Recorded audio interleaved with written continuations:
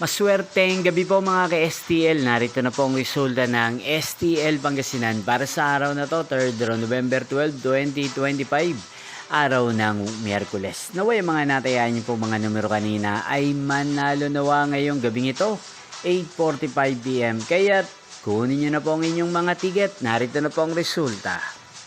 Ang mga numerong nanalo sa STL Pangasinan ngayong gabing ito, November 12, 2025, 8:45 PM, third draw result, 39 at 22. In exact order again, 39 at 22. At ngayong gabing ito sa STL Pangasinan, natin pong i-shoutout si Ate Vicky ng Pangasinan na nanonood po sa channel na to. Shoutout po sa inyo, Ate Vicky. Sana po ay nasa maayos kayong kalagayan. At sa lahat po ng mga taga-Pangasinan, shoutout po sa inyo. Hindi pong napanood ang resulta ng STL Pangasinan sa channel na to, Roderick Hernandez TV. Maraming salamat po sa patuloy niyo pong pagsuporta sa aking channel. Magkita-kita pong muli tayo bukas ng alas 12 ng tanghali. Thank you for watching.